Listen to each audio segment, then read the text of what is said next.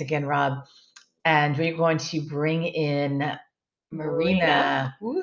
Hello, Marina. Hey, Hello. to see you again. I know you met Danielle in New York at KCD and me in San Francisco at KCD. Yeah, and so what a great reunion.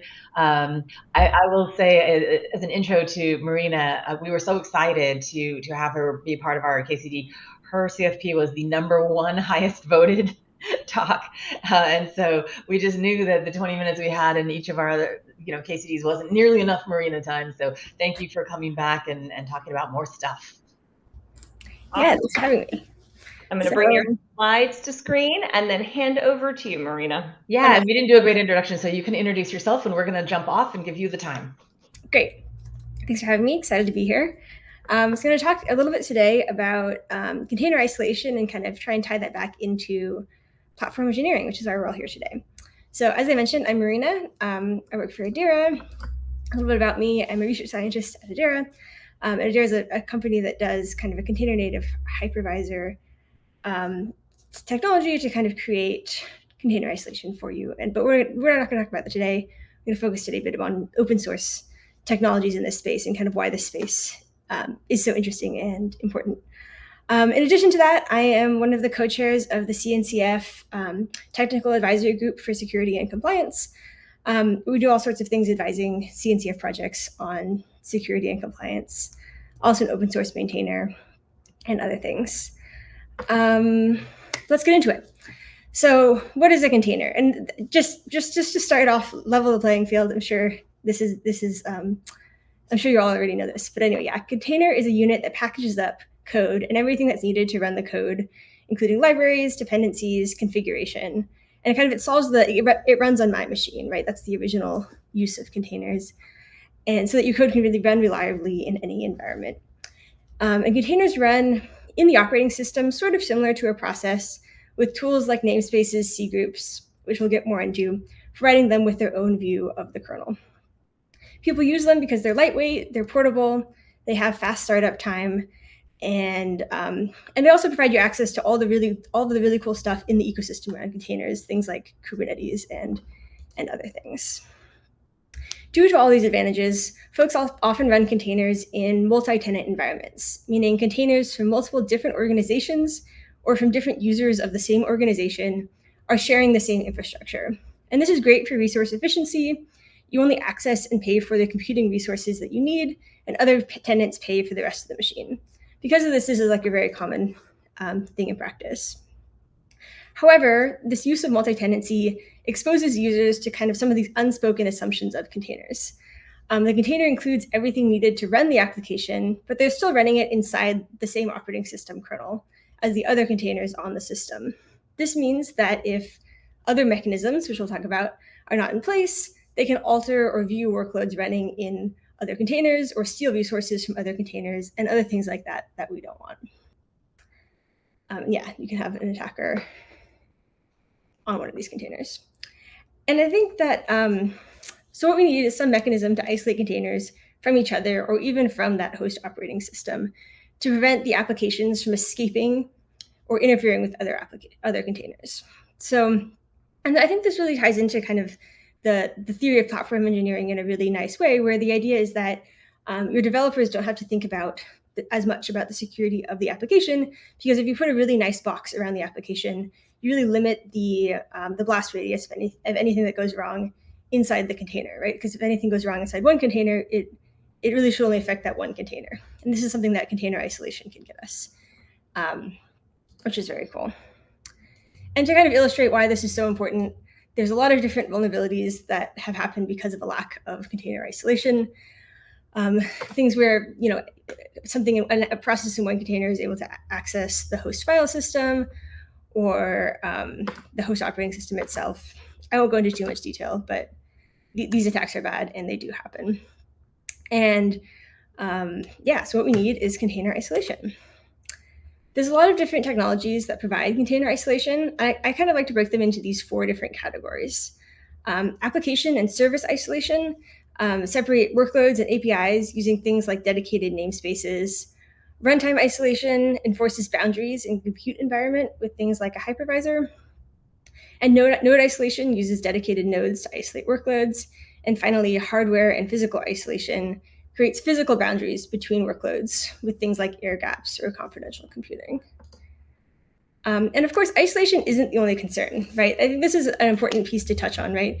Is that the isolation is important, and that's I really think that. But also, you need things like performance. You need things like compatibility with your existing hardware, or like the cost. You have to consider the cost of any hardware requirements, and compatibility with your existing setup, right? You don't want to throw your whole system away in order to get this one new thing. So let's be a little more specific here. What are the technologies in these different spaces? I'm going to focus here on kind of open source technologies in each of these categories. There's a whole host of other things out there. Hopefully these kind of illustrate what's out there. So first we have namespaces, which are distinct contexts within the kernel for each container so that they see a different set of resources. And there are a lot of different types of namespaces for things like process IDs, networking, etc.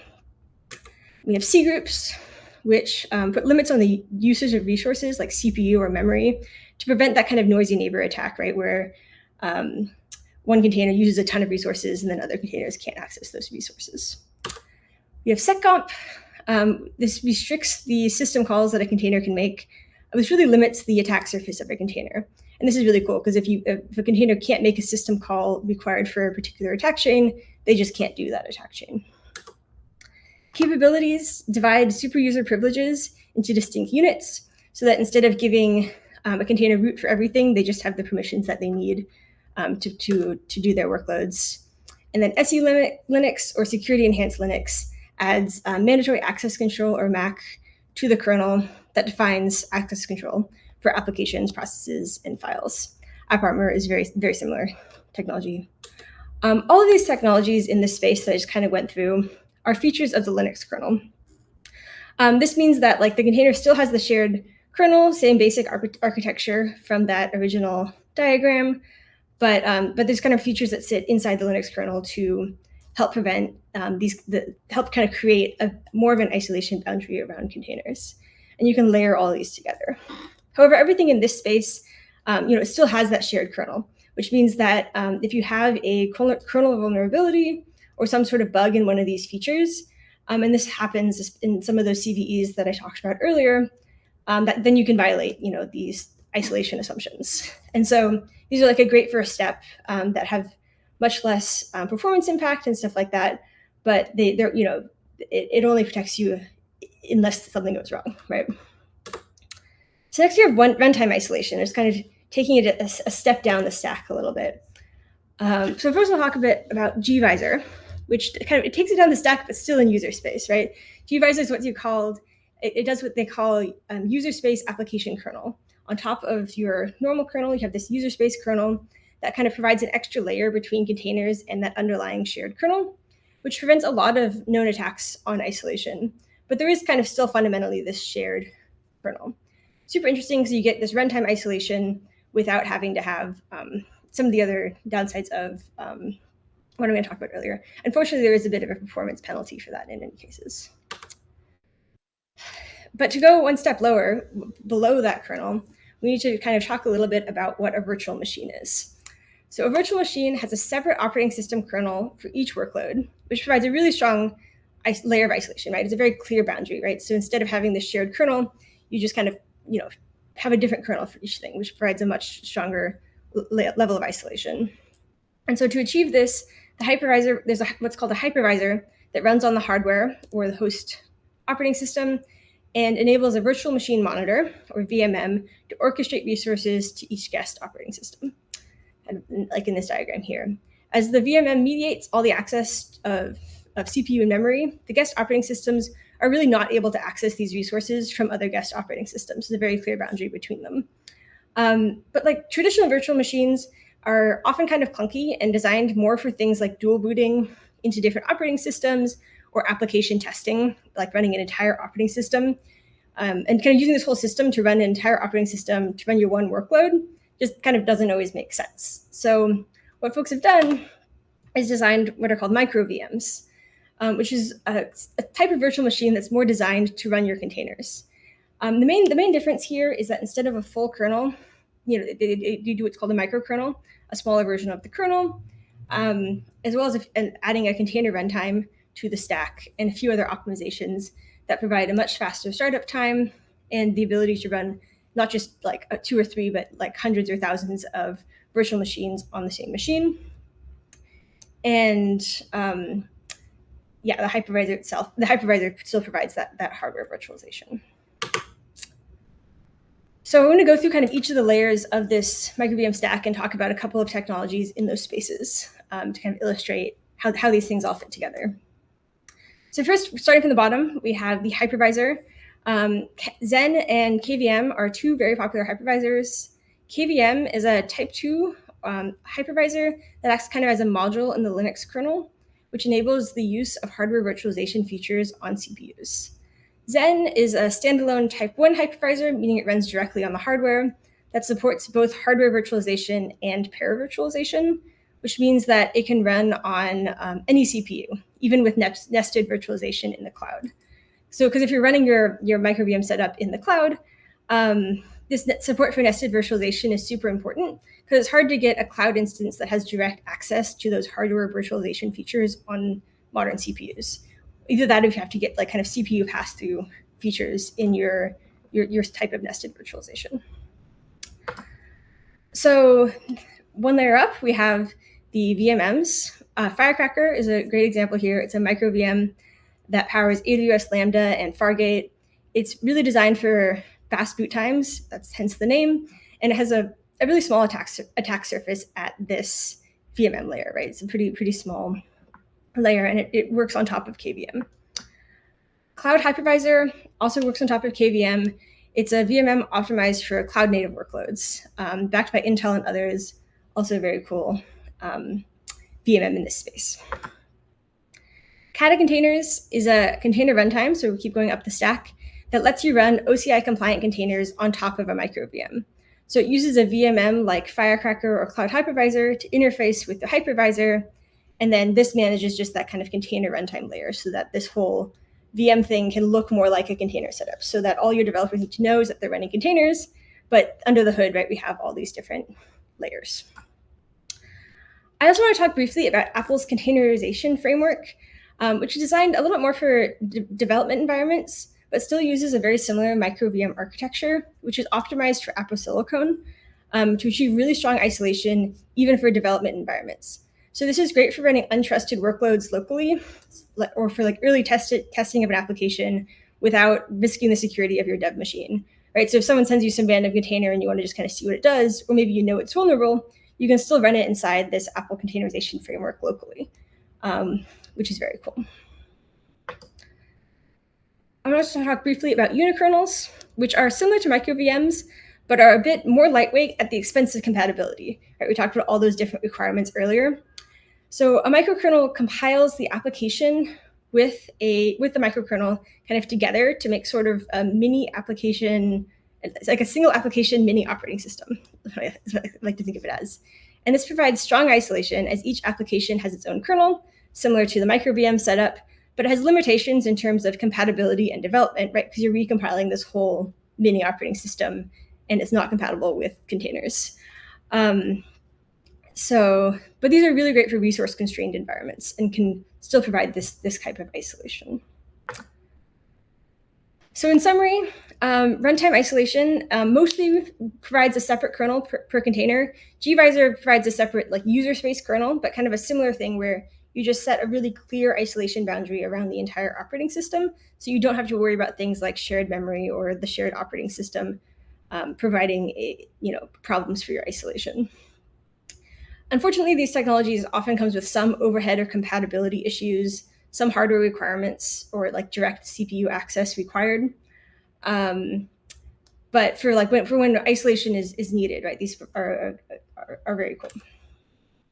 I'm going to talk briefly too about node isolation, which is less of a technology, but more just a way to separate containers by node. So basically, you can put each container into its own node on its own machine, which provides strong isolation, but kind of loses a lot of the advantages of containers. And finally, we have hardware and physical isolation. We're going to talk a bit about confidential computing. which can be used for strong isolation by running a container inside what's called a trusted execution environment, or TEE, which is a special piece of hardware that kind of sits next to the CPU on your board and has features like encrypted memory or the ability to encrypt data and code in use. So in addition to being encrypted in transit and encrypted at rest, it's actually encrypted while in memory on the machine, which is very cool. In practice, this usually also uses that whole hypervisor setup, which I've condensed in this diagram. And yeah, and it runs the whole VM inside this TE.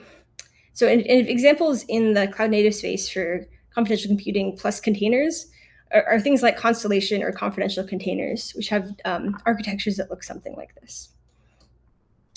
So as a quick summary, as a quick table of the technologies that we talked about and how they fit into this. But I'm going to move on for the sake of time to talk a little bit about AI and isolation. And by AI, what I actually mean is GPUs. So AI workloads have meant a large increase in the use of GPUs by container workloads, especially for inference, right? For training too, but I think for more like end users, for more more people are doing inference than training, right? And so I think that's a great place to focus for now. But unfortunately, GPUs are expensive, and so lots of different containers are going to want to be able to share the use of the same GPU. And this is a problem because GPUs aren't really designed for this type of sharing in the same way that CPUs are.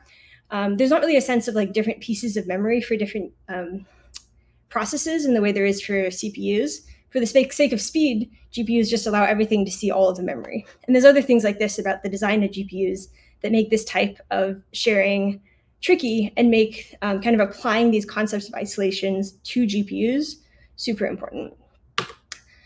So I'm going to talk briefly about kind of a few categories of technologies in the space of GPU sharing.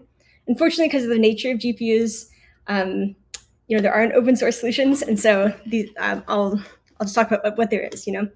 So we have roughly in the order of how they sit in the stack. We have the GPU time sharing, which includes technologies like NVIDIA's vGPU or Intel GVTG, which both of these allow for context switching between containers. This provides kind of software level isolation, but doesn't always do things like clearing memory between applications, which means that doesn't provide as strong of isolation. And vGPU also requires a license per GPU, which can get pretty expensive to use in practice. The next kind of category of technology here is GPU partitioning, like NVIDIA's multi-instance GPU or MIG and AMD's MX GPU. And both of these split the GPU itself into multiple slices at the hardware level. So you can provide access to, if you're thinking about that microVM setup, you can provide access to like a slice of a GPU to a guest OS, right? So you could have, your 7 slices of the GPU with 7 different guest operating systems. So you can get a lot more different of your containers running in VMs using the same GPU. And finally, PCI pass-through, probably the strongest type of isolation, but for the most cost, it passes an entire GPU to a VM, kind of in that microVM setup.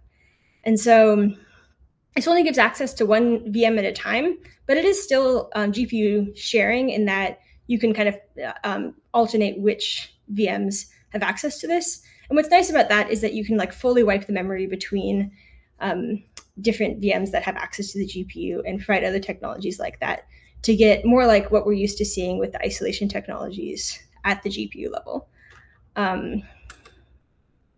So in summary, yeah, we have GPU time sharing, software isolation. You still kind of have shared memory between the folks sharing the GPU. And there's some performance impact, but for doing this in software. And then we have GPU partitioning, which is hardware isolation with multiple applications on the same GPU, and PCI pass-through, which kind of just gives the GPU to one VM at a time. So container isolation, I think, is especially important when you add GPUs to the mix, as a lot of folks are doing with AI today. If containers are not properly isolated, they'll be able to read information from other GPU workloads on other containers, including sensitive data like model weights and other things like that are running on the GPU itself. So all that data, and so it's really important that we make sure that we're not only isolating our containers, we have these multi-tenant environments, but we're thinking about the GPU level as well. So, call to action. I'd love to hear from folks about how you isolate your containers. I'm also working with I'm also kind of interested in, if you are interested in kind of creating more industry guidelines around isolating multi-tenant applications, especially in our AI-focused world today, in the CNCF with tag security and compliance. So with that, let me know in the comments if you have any questions, and I will call it there to help kind of catch up the time. So thank you all. Thank you so much.